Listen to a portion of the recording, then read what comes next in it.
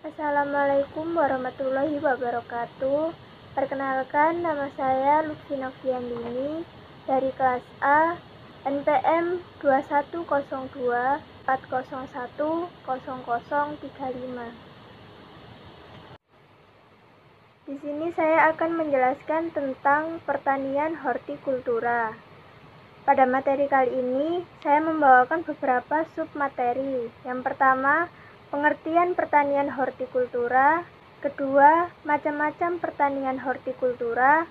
Ketiga, ciri-ciri pertanian hortikultura. Dan yang terakhir, tahapan budidaya hortikultura. Nah, kita masuk pada submateri yang pertama, yaitu pengertian pertanian hortikultura. Apa sih pertanian hortikultura itu? Hortikultura merupakan gabungan bahasa Latin yang berasal dari kata hortus yang mengandung arti kebun dan culture yang berarti bercocok tanam. Hortikultura juga bisa didefinisikan sebagai cara budidaya tanaman yang dilakukan di kebun atau di halaman rumah. Secara harfiah, pertanian hortikultura berarti ilmu yang mempelajari pembudidayaan tanaman kebun. Akan tetapi, para pakar mendefinisikan hortikultura sebagai ilmu yang mempelajari budidaya tanaman sayuran, buah-buahan, bunga-bungaan, dan tanaman obat. Memasuki submateri yang kedua, yaitu macam-macam pertanian hortikultura. Berikut adalah macam-macam golongan hortikultura. Yang pertama ada tanaman olerikultura. Olerikultura merupakan jenis tanaman hortikultura dalam bentuk tanaman sayur dan mudah ditemui di lingkungan dekat rumah. Sebab sayuran adalah salah satu jenis tanaman yang pada umumnya diolah oleh masyarakat untuk dijadikan bahan makanan atau lauk pauk. Secara garis besar, tanaman sayuran atau olerikultura dibagi menjadi dua, yaitu tanaman tahunan dan tanaman musiman. Untuk tanaman musiman, contohnya antara lain seperti melinjo, petai, jengkol, dan lainnya. Jenis tanaman ini hanya bisa dipanen pada masa-masa tertentu saja. Sedangkan tanaman tahunan, contohnya seperti wortel, kangkung, bayam, bawang merah atau bawang putih, cabai, tomat, dan sebagainya. Semua bisa dibudidaya sepanjang tahun dan dapat diambil panennya tanpa batas waktu. Tetapi tentu saja panen tersebut bisa dilakukan setelah masuk usia panen. Yang kedua ada tanaman frutikultura atau buah-buahan.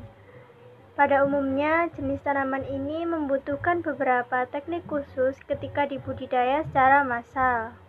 Sama seperti olerikultura, tanaman frutikultura juga terdiri dari dua macam, yaitu tahunan dan musiman.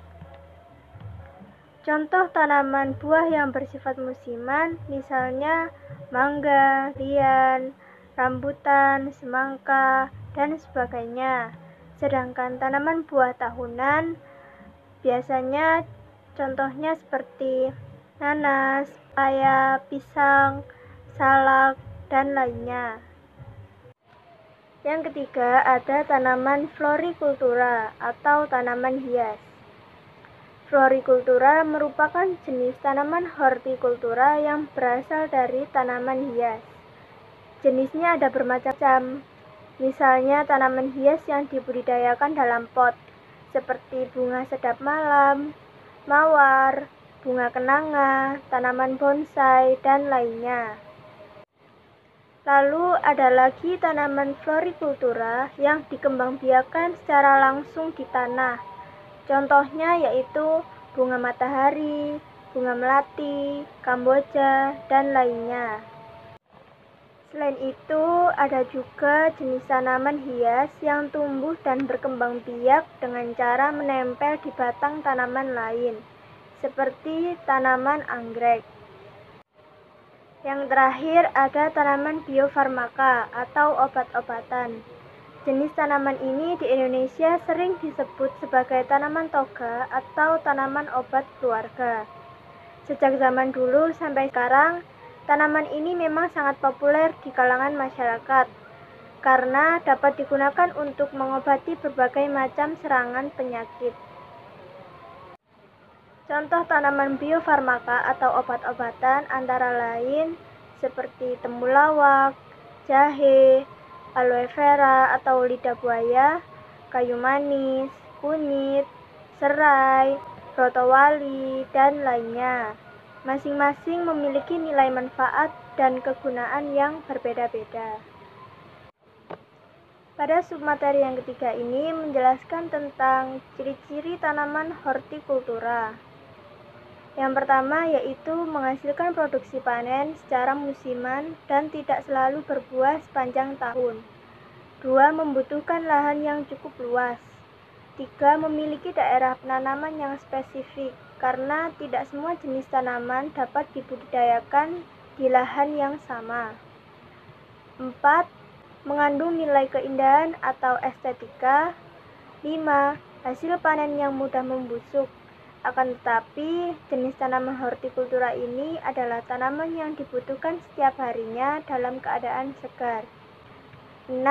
Kualitas panen dari tanaman ini dapat dilihat dari kondisinya yang masih segar. 7. Harga dari hasil panen berbanding lurus dengan kualitasnya atau kesegarannya. Memasuki submateri yang terakhir yaitu tahapan budidaya hortikultura. Yang pertama ada persiapan lahan.